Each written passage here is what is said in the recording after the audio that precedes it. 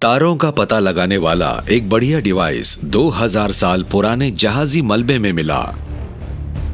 एक रहस्यमयी energy source जो प्राचीन इजिप्ट को बिजली देता था, और एक जादुई अंगूठी जिससे दूसरी दुनिया के लोगों को बुलाया जाता था। एक दशक से भी ज्यादा वक्त से साइंस डॉक्यूमेंट्स की टीम दुनिया भर में घूमकर हर कॉन्टिनेंट में पाई जाने वाली असाधारण प्राचीन टेक्नोलॉजी को इन्वेस्टिगेट कर रहे हैं। अब हम उन टॉप 10 मिस्टीरियस डिवाइसेस को एग्जामिन कर रहे हैं जो शायद इस बात का सबूत दे सकती हैं कि एलियंस पृथ्वी पर आते रहे हैं। साइंस डॉक्यूमेंट मिस्ट्रीज पेश करता है द टॉप 10 मिस्टीरियस डिवाइसेस। लोग हर वक्त मुझसे इस बात का सबूत मांगते हैं कि पृथ्वी पर हजारों साल पहले एक्स्ट्रा टेरेस्ट्रियल्स आते थे। अगर देखा जाए तो हमारे पास उनके आने की अनगिनत कहानियां और तस्वीरें मौजूद हैं। हमारे पास ऐसे मिस्टीरियस डिवाइसेस के सबूत भी हैं जो शायद एलियन टेक्नोलॉजी की रही हों। एक बढ़िया एग्जाम्पल है एंशिएंट इजिप्ट का एक सिंबल, जिसके बारे में कहा जाता है कि वो एक पावरफुल एनर्जी सोर्स है।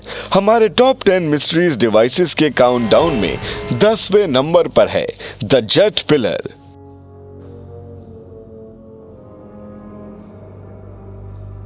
अबिडोस, इजिप्ट। गीजा प्लेटो से करीब 482 किलोमीटर दक्षिण में है सेटी द फर्स्ट का मंदिर।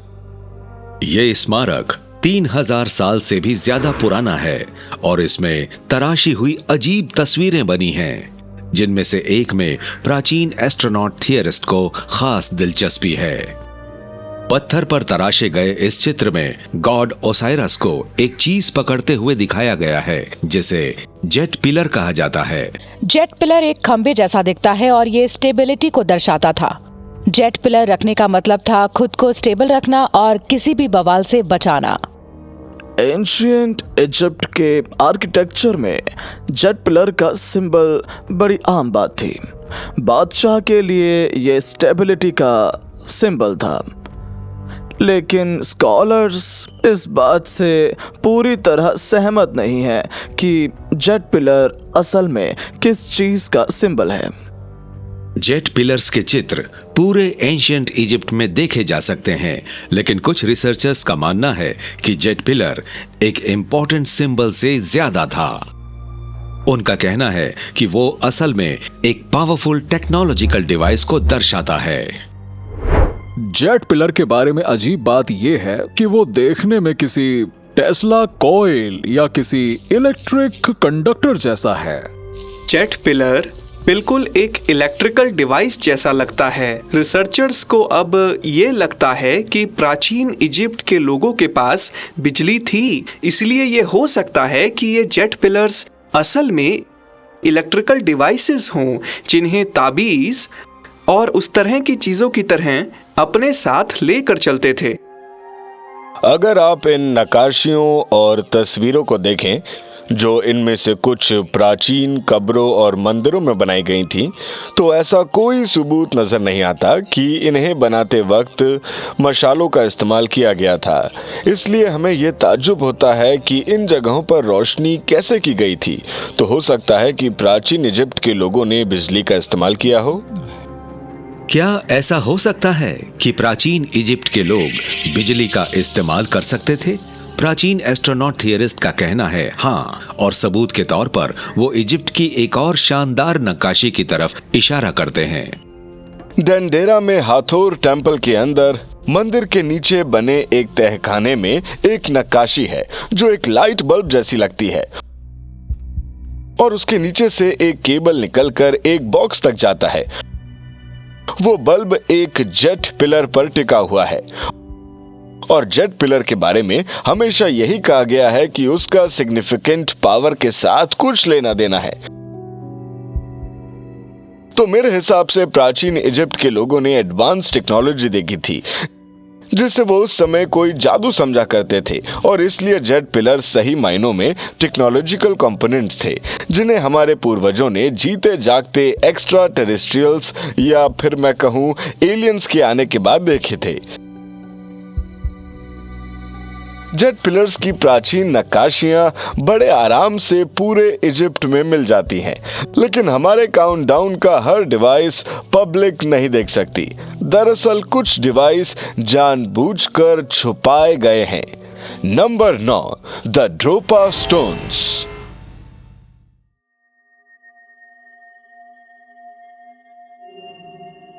बायान Kara Ula mountains, Shanghai province, China. 1936 में आर्कियोलॉजिस्ट डॉक्टर ची पू टे एक सुनसान इलाके में एक गुफा को एक्सप्लोर कर रहे थे। तभी उन्हें एक अजीब चीज मिली। उन्होंने बताया कि उन्हें कई प्राचीन कब्रें मिली हैं और उनमें सैकड़ों पत्थर की अजीब डिस्क्स थीं। चाइना में एक फैसिनेटिंग स्टोरी है जिसमें बताया गया है कि एक गुफा मिली थी जिसमें सैकड़ों डिस्क्स थीं और वो डिस्क करीब इतनी चौड़ी थी और ऐसा लगता था जैसे उनमें एक तरह की गहरी लाइंस बनी हो, जैसे आज के ज़माने में वाइनल रिकॉर्ड्स होते हैं। और इंटरेस्टिंग बात यह है कि कहा जाता है कि उनमें से कुछ लाइंस में बहुत ही छोटी छोटी लिखावट थी जिसे पढ़ना इतना आसान नहीं। और जब आर्कियोलॉजिस्ट ने उस लेखन को समझा और ट्रांसलेट किया तो उससे ड्रॉपर्स नाम के एक एक्स्ट्रा टेरेस्ट्रियल की एक शानदार कहानी पता चली। उन हायरोग्लिफ्स से पता चला कि कुछ लोगों की इस सुनसान पहाड़ी इलाके में क्रैश लैंडिंग हुई थी, जो उड़कर यूनिवर्स से होते हुए हमारे सोलर सिस्टम के तीसरे प्लैनेट पर आए थे।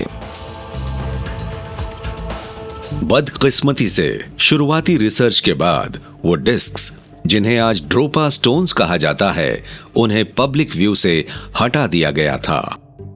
लेकिन 1974 में रहस्यमय तरीके से चाइना के जियान शहर में बैम्पो म्यूजियम में ड्रोपा स्टोन्स की तस्वीरें सामने आईं। 1994 में मेरे एक साथी हार्टविक हाउसडॉर्फ और उनके एक साथी पीटर क्रासा चाइना गए थे ये पूछने के लिए कि ये स्टोन डिस्क्स कहां पर हैं।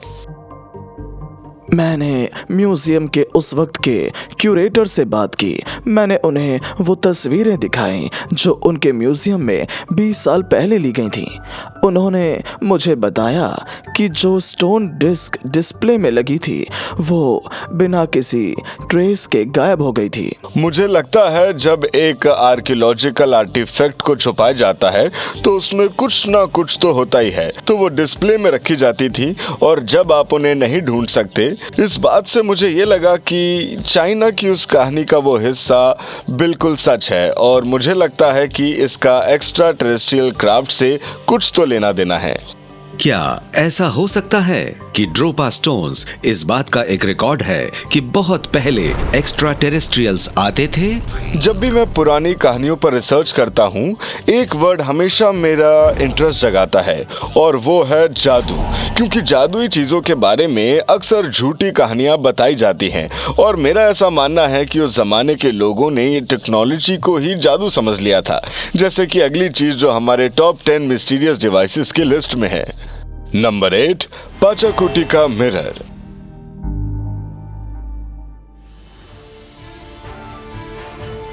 कूस्को, पेरू। 15वीं शताब्दी में इस प्राचीन शहर में शायद सबसे प्रभावशाली इंकन लीडर पाचाकुटी रहते थे। पाचाकुटी एक जादुई शक्तियों वाले रहस्यमय मिरर से हमला करने वाली एक आर्मी को हराकर और शक्तिशाली हो गए थे।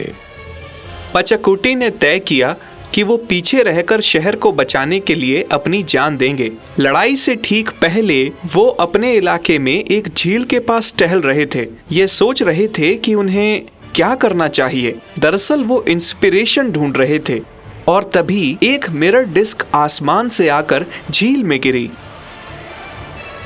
और उन्होंने उसे पानी से बाहर निकाला।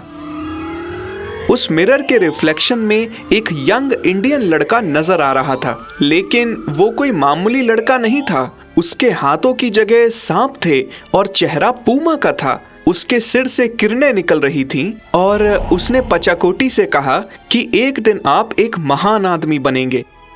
इस रहस्यमय चीज की मदद से पाचाकुटी ने अपने छोटे से साम्राज्य को बहुत बड़े साम्राज्य में बदल दिया, जो 4000 किलोमीटर से भी ज्यादा फैला हुआ था। पाचाकोटी हमेशा उस डिस्क को अपने पास रखते थे और ये मिथ है कि वो हमेशा उस डिस्क को देखकर पूछते थे कि वो कैसे अपने दुश्मनों को हरा सकते हैं या साम्राज्य को कैसे आगे बढ़ा सकते हैं। वो उन्हें मैजिकल इंफॉर्मेशन और इंस्पिरेशन देती और इसी तरह इनका एम्पायर बना। मैजिक मिरर की वजह से पाचाकोटी के पास खास शक्तियां थीं। माना जाता है कि वो उस डिस्क के जरिए देवताओं से बात कर सकते थे और शायद उन्हें देवताओं ने यह भी बताया हो कि वो अपने साम्राज्य को कैसे बढ़ा सकते हैं। पाचाकुटी का मिरर आज भी इंकनाट और मूर्तियों में दर्शाया जाता है। इतिहासकार ये पता नहीं लगा पाए कि पाचाकुटी के पास जो रहस्यमय डिस्क थी वो क्या थी, लेकिन एंशिएंट एस्ट्रोनॉट थियरिस्ट्स का मानना है कि वो एक ऐसा डिवाइस था जो दूसरी दुनिया से आया था। और आप सोचेंगे कि क्या वो कोई एक्स्ट्रा टेरेस्ट्रियल चीज थी जिसे अब पाचाकुटी अपने साथ लेकर घूमते थे और जिसके जरिए वो दूसरी दुनिया के देवताओं से बात करते थे जो उन्हें रास्ता दिखा रहे थे। वक्त वक्त पर ऐसा आर्टिफैक्ट मिलता है जो आम एक्सप्लेनेशन को पूरी तरह से खारिज कर देता है। बिल्कुल वैसे ही हुआ जब साइंटिस्ट इस अगली चीज की स्टडी करने को निकले। उन्होंने जो देखा उससे उन्हें इतनी हैरानी हुई कि उन्होंने घोषणा कर दी कि इसे तो धरती पर एग्जिस्ट होना ही नहीं चाहिए। हमारी टॉप 10 मिस्टीरियस डिवाइसेस में नंबर 7 पर है the Mitchell Hedges skull. Lubaantun, Belize. यहाँ यूकटन पेनिनसुला के जंगलों में एक प्राचीन माया सभ्यता के शहर के खंडहर हैं। 1924 में explorer Frederick Albert Mitchell Hedges और उनकी बेटी एना को इंसानी खोपड़ी के बराबर एक खोपड़ी मिली जो क्लियर क्रिस्टल की बनी थी। एनाटॉमी के हिसाब से परफेक्ट बनी हुई इस चीज में अलग हो जाने वाला एक जबड़ा था जिसका वजन 5 किलो 20 ग्राम था और इसे क्वार्ट्ज के सिंगल पीस से तराश कर बनाया गया था। मिचेल हेजेस को माया लोगों ने बताया कि वो खोपड़ी 3600 साल पुरानी है और ये बात फैसिनेटिंग है क्योंकि वो माया सभ्यता के पहले की थी। कहानी के हिसाब से क्रिस्टल स्कल्स बहुत नॉलेज, बहुत विजडम और इंफॉर्मेशन का भंडार होते थे और कहा जाता है कि हमारे शुरुआती पूर्वज इसे बहुत पहले अपने पीछे छोड़ गए थे। 1959 में मिशेल हेजेस के मरने के बाद वो खोपड़ी उनकी बेटी एना को दे दी गई।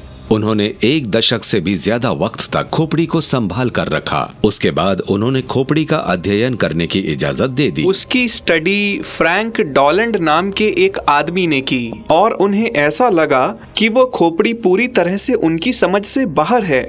वो रात में आए और देखा कि कमरा पूरी तरह जगमगा रहा है और क्रिस्टल स्कल ऐसे चमक रहा है जैसे वो कोई लाइट हो। लोगों ने कमरे में अजीब आवाजें सुनी जिनका कोई एक्सप्लेनेशन नहीं था सिवाय इसके कि वो स्कल से आ रही थी। इसीलिए जब कोई ये सब देखता है तो आखिर कहीं ना कहीं यही समझता है कि यहाँ कुछ अजीब हो रहा है। उस खोपड़ी के कई साइंटिफिक एनालिसिस किए गए और उन सभी में ये पाया गया कि किसी इंसान का इसे बना पाना तकरीबन नामुमकिन है। तो आखिर इसे कैसे बनाया गया? उन्होंने ऐसा क्यों कहा? क्योंकि या तो उस चीज को घिसा गया था, इस तरीके से समझ लीजिए जैसे काउंटर क्लॉकवाइज, ताकि वो एक क्रिस्टल के शेप में तैयार हो जाए। क्रिस्टल एक खास डायरेक्शन में ही ग्रो करता है और अगर आप उसे पीसते नहीं हैं या उसी डायरेक्शन में क्रिस्टल को नहीं तराशते हैं तो वो टूट जाएगा। तो इसे कैसे बनाया गया था? इसे एग्जामिन करने वाले एक साइंटिस्ट ने कहा था कि ये एग्जिस्ट ही नहीं करना चाहिए और इससे ये अंदाजा लगाया गया कि शायद ये क्रिस्टल स्कल्स इंसानों के बनाए हुए तो नहीं थे। अगर आप माया सभ्यता को देखेंगे तो उनकी पूरी मिथोलॉजी एक्स्ट्रा टेरेस्ट्रियल्स एनकाउंटर्स पर ही आधारित है। मिचेल हेजेस को वहां के लोगों ने बताया था कि उनके पूर्वजों ने उन्हें वो स्कल दिया था। अब मेरा सवाल ये है कि आखिर वो पूर्वज थे कौन और क्या उनका ओरिजिन आज भी वहां मौजूद है? और मेरे हिसाब से इसका जवाब आपको भी पता है, हाँ और सिर्फ हाँ। हमारी मिस्टीरियस डिवाइसेस की लिस्ट में चीजों का एक ग्रुप है जो इतना सीक्रेट है कि उन्हें सैकड़ों सालों से पब्लिक से छुपा कर रखा गया है। नंबर 6 पर है the royal रेगेलिया of Japan. Tokyo, Japan में 1 मई 2019 को दुनिया भर के सैकड़ों बड़े लोग एक ऐतिहासिक अवसर पर इंपीरियल पैलेस में आए। बड़े रीति रिवाजों के साथ युवराज हिरोनोमिया नारुहितो क्रिसेंथमम की राजगद्दी पर बैठे और आइलैंड नेशन के 126वें शासक बन गए। समारोह में नारुहितो को कई बॉक्स तोहफे में दिए गए जो इतने गुप्त खजानों से भरे हुए थे कि उन्हें जनता को कभी नहीं दिखाया गया, जिसमें जापान का रॉयल रिगेलिया भी था। जापान का शाही रिगेलिया में एक तलवार, मिरर और एक ज्वेल था जिसे सारे जापानीज एम्परर ने इस्तेमाल किया और जो आज तक मौजूद है। ट्रेडिशन के हिसाब से डिवाइन मिरर ज्ञान का प्रतीक होता है, तलवार बहादुरी और हिम्मत को दर्शाती है, और तीसरी चीज एक घुमावदार नगीना है या एक घुमावदार बीड है जो उदारता को दर्शाता है। अब जापान में ये 3 सेक्रेट इंपीरियल रेलिगिया कभी भी इंपीरियल लिनियज के बाहर किसी भी इंसान को नहीं दिखाए गए, सिवाय सिर्फ उनके हाई रैंकिंग शिंटो प्रीस्ट के। जापान के पहले सम्राट जीमू से इंपीरियल रिगेलिया का वापस पता लगाया जा सकता है, जिन्होंने लगभग 2007 साल पहले राज किया था। एम्परर जीमू का जन्म 771 ईसा पूर्व में हुआ था और उनके ट्रेडिशन के अनुसार वो सन गॉडेस अमातेरासु के वंशज थे। असल में उनके ग्रेट ग्रेट ग्रैंडसन थे। जापान के इतिहास में सारे शासक अपने आप को सम्राट जीमू का वंशज बताते हैं और इनडायरेक्टली वो अमातेरासु से भी जुड़े हैं। इस कहानी की सबसे इंटरेस्टिंग बात यह है कि जेमू आसमान में रहने वाले अमातेरासु के वंशज थे और उसके बाद करीब 2000 साल तक जिसने भी जापान पर राज किया उन्होंने खुद को उस वंश का बताया। तो इस तरह जापान के शाही परिवार सीधे सीधे आसमान में रहने वाले लोगों का वंशज था जो प्राचीन काल में जापान आते थे, और ये बहुत ही अद्भुत चीज है। ऐसा कहा जाता है कि जीमू को अपने शासनकाल में जापान के आइलैंड्स को एक साथ जोड़ने से पहले सन गॉडेस अमातेरासु से 3 रिगेलिया मिले थे। एंशिएंट एस्ट्रोनॉट थियरिस्ट का मानना है कि ये आर्टिफैक्ट्स एक्स्ट्रा टेरेस्ट्रियल टेक्नोलॉजी के रहे होंगे। जीमू को एक सेलेस्टियल मिरर मिला जिसमें सम्राट जो चाहें वो देख सकते थे। लेकिन आप ही बताइए, आखिर इसका मतलब क्या हो सकता है? एक जादुई शीशा? अगर आपके पास इसके लिए कोई टर्मिनोलॉजी नहीं है तो क्या कंप्यूटर स्क्रीन एक जादुई शीशा नहीं है जिस पर आप सब कुछ देख सकते हैं? देखिए, मेरे कहने का मतलब ये है कि हमारे पूर्वजों के पास इन चीजों के लिए सही शब्द नहीं थे, इसीलिए उनके पास जो शब्द या टर्मिनोलॉजी थी उसके हिसाब से उन्होंने उसे नाम दे दिया। वो जो चीजें देखा करते थे वैसा ही नाम उसे दे दिया करते थे। और मुझे ऐसा लगता है कि टोक्यो के इंपीरियल पैलेस में वो सीक्रेट चीजें हैं जो आसमान में रहने वाले लोगों ने इंसानों को दी थी।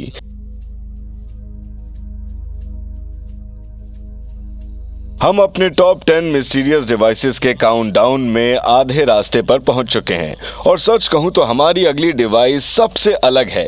प्राचीन ग्रीक के हिसाब से हजारों साल पहले एक बहुत बड़ा रोबोट बनाया गया था जिसे इंसानों ने नहीं बल्कि देवता ने बनाया था। तो नंबर 5 पर है टैलोस। क्रीट। ग्रीक आइलैंड्स में सबसे ज्यादा आबादी वाले इस आइलैंड पर 6 लाख से ज्यादा लोग रहते हैं और ग्रीक माइथोलॉजी के हिसाब से यह जगह प्राचीन काल से ही बहुत खास रही है। जब टेलोस नाम के एक बहुत बड़े ब्रॉन्ज गार्डियन ने इसे बचाया था। टेलोस की कहानी बड़ी फैसिनेटिंग है, सिर्फ इसलिए नहीं कि वो बहुत बड़ा था, क्योंकि कोई वो करीबन 30 मीटर के करीबन लंबा, बल्कि उसे देखकर तो ये लगता था कि क्रीट आइलैंड को प्रोटेक्ट करने के लिए उसे पीतल से बनाया गया था। कहा जाता है कि वो एक दिन में आइलैंड के 3 चक्कर लगाता है, और अगर किसी ने आइलैंड पर हमला किया तो उसकी सांसों से आग निकलती थी जिसे वो बाहर फेंकता था और किसी भी जहाज या इंसान को खत्म कर देता था। तो टेलोस क्या था? मुख्य धारा के स्कॉलर्स का मानना है कि टेलोस एक काल्पनिक रचना है, लेकिन कुछ रिसर्चर्स का कहना है कि जिस तरह से इस ब्रॉन्ज ह्यूमनाइड का काम करना बताया जाता है वो आज की तकनीक से मिलता जुलता है। माना जाता है कि टेलोस को खत्म नहीं किया जा सकता था, क्योंकि टेलोस की रगों में देवताओं का खून था जिसे इकोर कहा जाता था, और यही उसे खास सुपर पावर्स देता था। टेलोस की एक कमजोरी थी, और वो थी एक नस जो कि उसकी गर्दन से नीचे टखनों तक जाती थी, और उसमें एक कील लगी हुई थी जिसे निकाल दिया जाए तो वो स्विच ऑफ हो जाता था। और एक जादूगरनी ने उसे इस बात के लिए राजी कर लिया कि अगर वो उस कील को हटा पाती है तो वो अमर हो जाएगा, और जब उसने वो कील हटाई तो वो लहूलुहान होकर मर गया। आर्गनॉटिका में टेलोस के अंदर से निकला एक ब्लैक लिक्विड और वो मर गया। और ये तर्क भी दिया जा सकता है कि अगर वो चीज एक मैकेनिकल डिवाइस थी तो हो सकता है कि सारा सिंथेटिक ऑयल या हाइड्रोलिक फ्यूल बहकर निकल गया हो, जिसकी वजह से मशीन ने काम करना बंद कर दिया।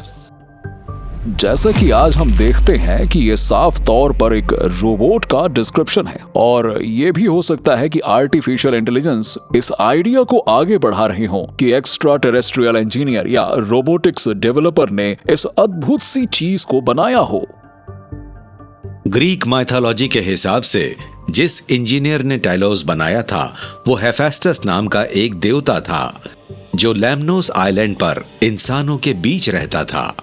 हेफास्टस स्मिथक्राफ्ट, अल्केमी और टेक्नोलॉजी के ग्रीक गॉड थे, और उन्हें सबसे ज्यादा पहला इंसान पेंडोरा बनाने के लिए और उसके साथ साथ जादुई हथियार हीलियोस का उड़ने वाला रथ, अथीना की ब्रेस्ट प्लेट और ज्यूस के थंडर बोल्ट्स बनाने के लिए भी जाना जाता है। हेफेस्टस एक ब्लैकस्मिथ गॉड थे, और जब इलियड की कहानी में देर से उनका जिक्र आया तब गॉड एस्थेटिस ने उनके पास आकर अपने बेटे इफिलिस के लिए कोई आर्मर बनाने के लिए कहा था, क्योंकि वो वापस लड़ाई में जाने वाला था। और जब वो हेफेस्टस से उनके वर्कशॉप में मिलने गई तो उन्होंने देखा कि वहाँ बहुत सारा काम ऑटोमेटेड मशीन से किया जा रहा है जिन्हें हेफेस्टस ने ही बनाया था। ट्राइपॉड्स जो अपने आप इधर उधर घूम सकता था, बेलोस और चिमटे और बाकी चीजें जो अपने आप अपना काम कर रही थी, जिससे ये पता चलता है कि ये सब पूरी तरह से खुद सोचने वाले ऑटोमेटेड आर्टिफिशियल इंटेलिजेंसेस थे। एंशिएंट एस्ट्रोनॉट थ्योरी ये कहती है कि ग्रीक गॉड्स असल जिंदगी में मौजूद थे जो इंसानों की तरह ही बने थे।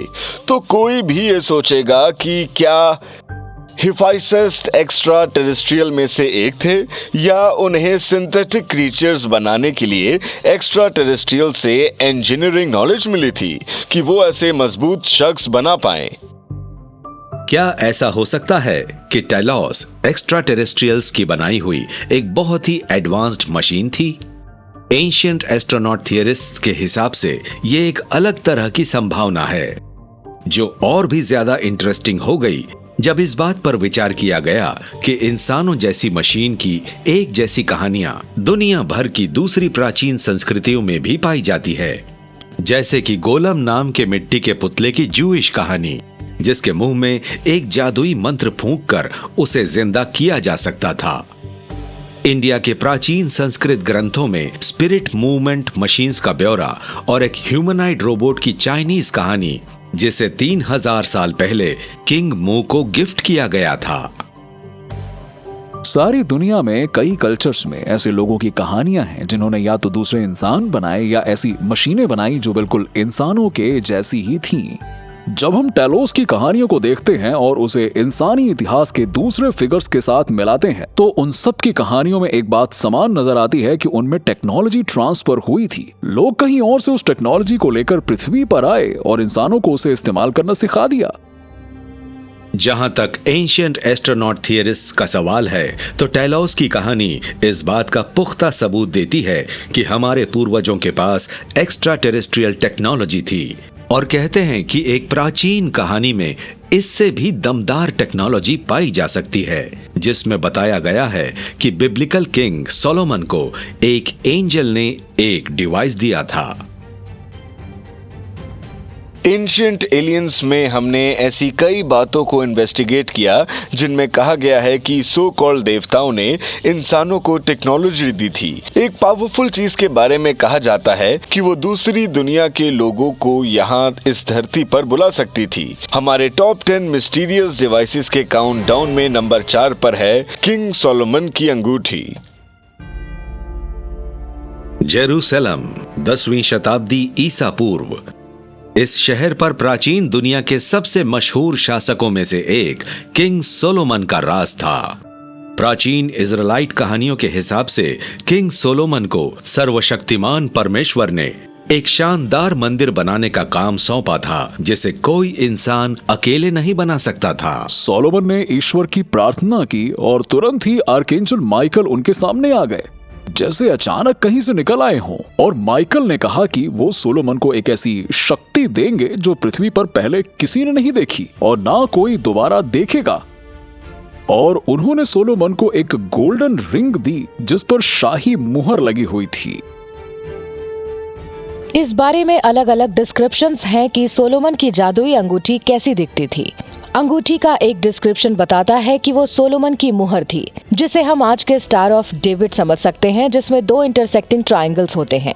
एक और कहानी ये है कि उस अंगूठी में 4 स्पेशल स्टोन्स थे और उनमें से हर स्टोन में कोई शक्ति हुआ करती थी। और ऐसा कहा जाता है कि उस अंगूठी पर बहुत गुप्त और रहस्यमयी तरीके से ईश्वर का नाम खुदा हुआ था। वो अंगूठी ऐसी अथॉरिटी की रिप्रेजेंटेटिव थी जो दुनिया से परे था। उस अंगूठी को पहनने वाला एक्स्ट्रा टेरेस्ट्रियल पावर के सोर्स को जानने वाले सभी लोगों को जो चाहे वो करने पर मजबूर कर सकता था। टेल मड के हिसाब से किंग सोलोमन उस अंगूठी का इस्तेमाल दूसरी दुनिया के एक ऐसे समूह को कंट्रोल करने के लिए करते थे जिन्हें राक्षस कहा जाता था। आज के दौर में हम राक्षसों को बुराई से जुड़ी कोई चीज, कोई शैतानी चीज मानते हैं, लेकिन लिटरेचर के हिसाब से सोलोमन के जमाने के शैतान दिखने में बहुत अलग थे। प्राचीन दुनिया में शैतान अलग तरह के लोग होते थे। वो शरारती होते थे, कभी कभी वो मेहनती होते थे, लेकिन ये जरूरी नहीं था कि वो बुरे हों। ऐसा कहा जाता है कि उस अंगूठी से सोलोमन ने उन शैतानों को फंसा लिया और उन्हें मंदिर बनाने के लिए इस्तेमाल किया। किसी भी और इंसान की तरह सोलोमन के पास भी ये शक्ति नहीं होती। सोलोमन को इस तरह की अंगूठी सिर्फ एक ही तरीके से मिल सकती थी कि कोई एक्स्ट्रा टेरेस्ट्रियल सोर्स उन्हें ये देगा। किंग सोलोमन की अंगूठी इस बात का बढ़िया एग्जाम्पल है कि एक्स्ट्रा टेरेस्ट्रियल्स ने हमारे पूर्वजों को एडवांस टेक्नोलॉजी दी थी, लेकिन इसके साथ ही उन्हें एक और डिवाइस दिया गया था जिसे एक मैजिक वर्म भी कहा जाता है। और हमारे काउंटडाउन में नंबर 3 पर वही है, the Shamir. Temple mount, Jerusalem. यहीं पर किंग सोलोमन ने जूविश के सबसे पवित्र अवशेषों को रखने के लिए एक मंदिर बनवाया था। आज मंदिर का कोई अवशेष बाकी नहीं है, लेकिन रहस्यमय हिब्रू ग्रंथों के हिसाब से 10वीं शताब्दी ईसा पूर्व जब इसे बनाया गया था तब ये इंसान के हाथों नहीं बनाया गया था। ईश्वर ने सोलोमन को एक मंदिर बनाने का आदेश दिया था, लेकिन तौरा के कानून के हिसाब से मंदिर बनाने में पत्थर को काटने और पीसने के लिए किसी भी तरह के हथौड़ी या छेनी का इस्तेमाल नहीं होना चाहिए। सोलोमन को अपना मंदिर बनाने के लिए हायर टेक्नोलॉजी की ज़रूरत थी। उसे पता था कि उसे शैतानों के बादशाह एशमोदाई से कांटेक्ट करना पड़ेगा जिसके पास वो टेक्नोलॉजी थी। अंगूठी की शक्ति का इस्तेमाल करके किंग सोलोमन ने एशमोडाई को एक ऐसा डिवाइस देने को मजबूर कर दिया जो मंदिर बनाने में मदद करे, एक रहस्यमय चीज जिसे शमीर कहा जाता है। अब शमीर को ट्रेडिशनल लिटरेचर में कीड़ा बताया गया है जिसे पत्थर पर रखा जाए तो वो उसे काट सकता है। शमीर बमुश्किल जौ के दाने से बड़ा था जो कि 1 इंच का 1/3 होता है। सोलोमन पूरी तरह से इस कीड़े के कंट्रोल में थे और वो चाहें या ना चाहें उसकी हर बात वो मानते थे। एंशिएंट एस्ट्रोनॉट थियरिस्ट्स के हिसाब से शमीर एक ऐसा उदाहरण था जिसमें टेक्नोलॉजी को गलत समझा गया। शमीर एक ऐसा कीड़ा बताया जाता है जो सख्त से सख्त पत्थर को भी बड़ी आसानी से काट सकता था और उसमें आर पार छेद कर सकता था। कहीं ऐसा तो नहीं कि शमीर कोई लेजर कटिंग डिवाइस रहा हो? प्राचीन लोग लेजर या हाई एनर्जी बीम जैसी चीजों को नहीं समझते थे।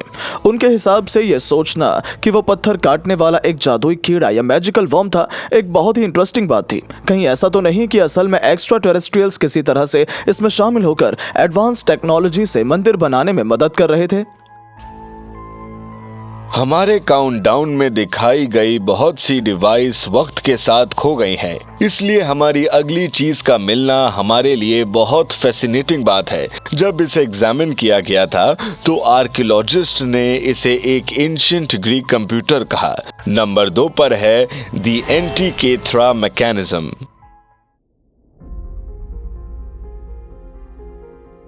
Asian sea, April 1900। ग्रीक के छोटे से आइलैंड एंटीकथेरा के तट पर गोताखोरों को 2000 साल पुराने एक जहाज का बचा खुचा मलबा मिला। उसके अंदर उन्हें एक गजब की चीज मिली, पीतल का एक बॉक्स जिसमें एक कॉम्प्लेक्स डिवाइस के काम करने का तरीका था। एंटीकैथरा डिवाइस देखने में गियर्स, क्रैंक्स और लीवर्स की एक कॉम्प्लेक्स मशीन जैसी थी। वो क्या थी, इसे डिस्क्राइब करने का सबसे अच्छा तरीका यही है। वो देखने में एक बॉक्स जैसा लगता था। ये बाहर से लकड़ी का बना था जिस पर एक क्रैंक लगा था और वो क्रैंक लीवर्स और गियर्स को अंदर की तरफ चारों ओर घुमाता होगा।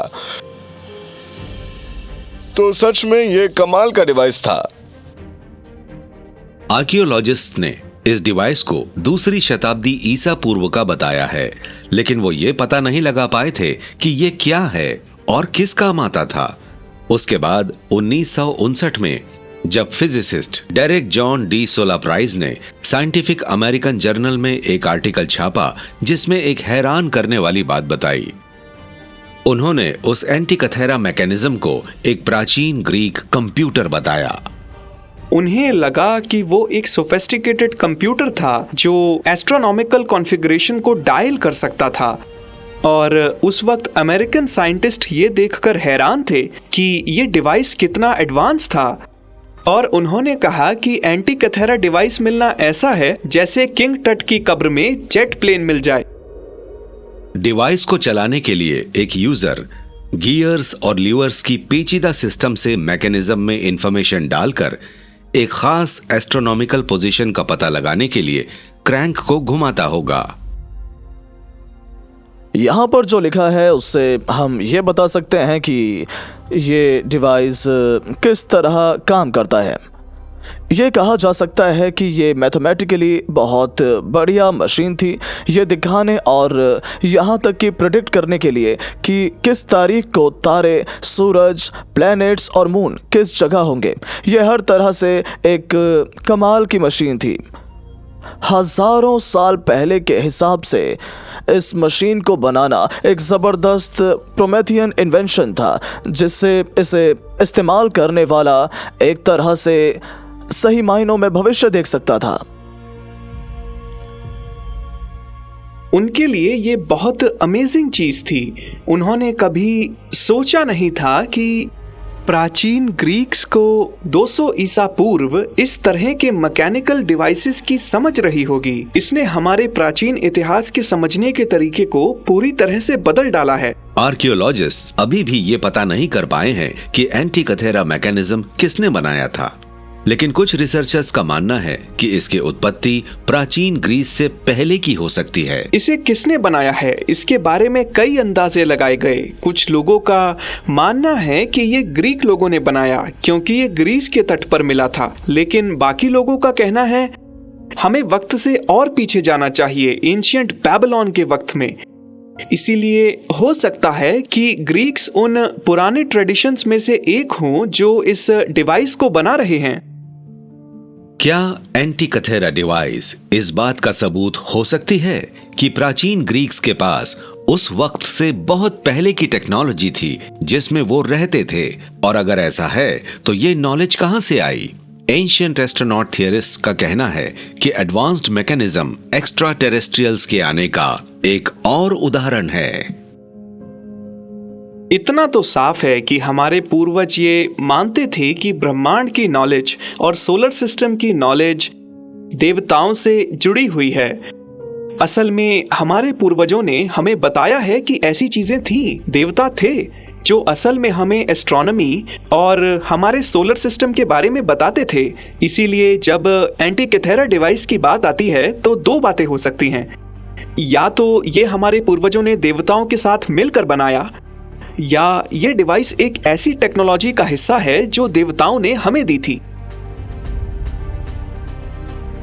हमारे काउंटडाउन में अब सिर्फ एक ही डिवाइस बची है और आप इसे बिल्कुल भी मिस नहीं करना चाहेंगे, क्योंकि जहां तक मेरा सवाल है ये ऐसे सबूत देती है जिसे इस बात को नहीं नकारा जा सकता कि हमारे पूर्वजों की पहुंच एक्स्ट्रा टेरेस्ट्रियल टेक्नोलॉजी तक थी। हम अपने टॉप 10 मिस्टीरियस डिवाइसेस के काउंटडाउन के आखिरी पड़ाव तक पहुंच गए हैं और सच कहूं तो ये आखिरी डिवाइस हमेशा मेरे रोंगटे खड़े कर देता है। ये लकड़ी का एक बक्सा है जो नदियों को 2 हिस्से में बांट सकता है, आर्मीज को खत्म कर सकता है और दूसरी दुनिया के लोगों से बात कर सकता है। हमारा नंबर 1 डिवाइस है the arc of the covenant.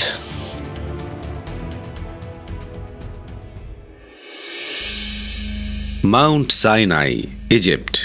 Hebrew Bible की बुक ऑफ एक्सोडस के हिसाब से यही वो जगह है जहां ईश्वर ने मोजेस से जुडेयो क्रिश्चियन ट्रेडिशन का एक सबसे इंपॉर्टेंट आर्टिफैक्ट्स बनाने के लिए कहा था, आर्क ऑफ द कवेनेंट।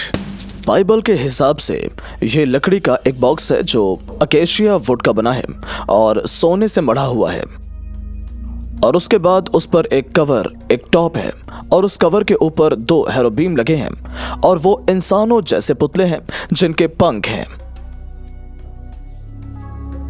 ईश्वर ने मोजेस को यह बॉक्स बनाने का आदेश दिया जहां ओरिजिनल 10 कमांडमेंट्स रखे जाने थे और उसके बाद ईश्वर की मौजूदगी दिखाई देती।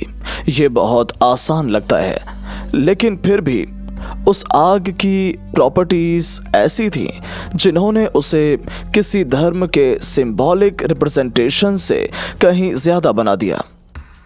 बाइबल में आर्क के बारे में यह बताया गया है कि उसमें रहस्यमय शक्तियां थीं जिन्होंने प्रॉमिस लैंड की यात्रा करते वक्त इजराइल के लोगों की मदद की थी, जैसे नदियों को बांटना, पहाड़ों को समतल करना और आर्मीज को खत्म करना।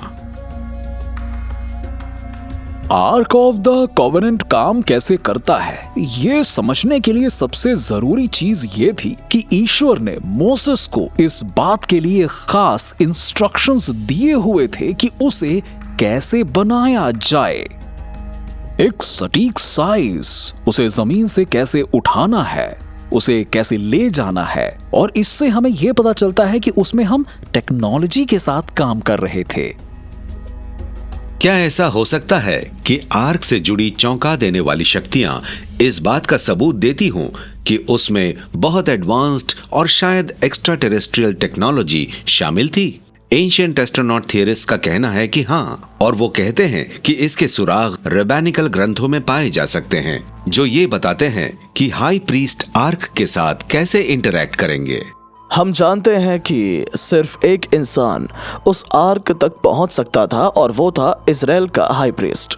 बाइबल के नियमों के हिसाब से हाई प्रीस्ट को एक खास तरह की ब्रेस्ट प्लेट पहनना ज़रूरी था, जिस पर खास तरह के जेम स्टोन्स लगे थे और कुछ खास पवित्र नामों के जाप से ब्रेस्ट प्लेट पर लगे स्टोन्स हिलना, वाइब्रेट करना और चमकना शुरू कर देते थे।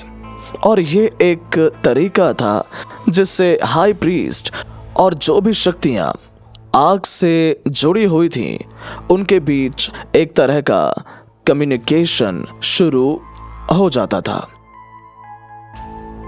Arc of the covenant ancient astronaut theory में एक बहुत बड़ी चीज है, क्योंकि उसमें असली फिजिकल ऑब्जेक्ट था जिसका संबंध सो कॉल्ड आसमानी शक्तियों से था।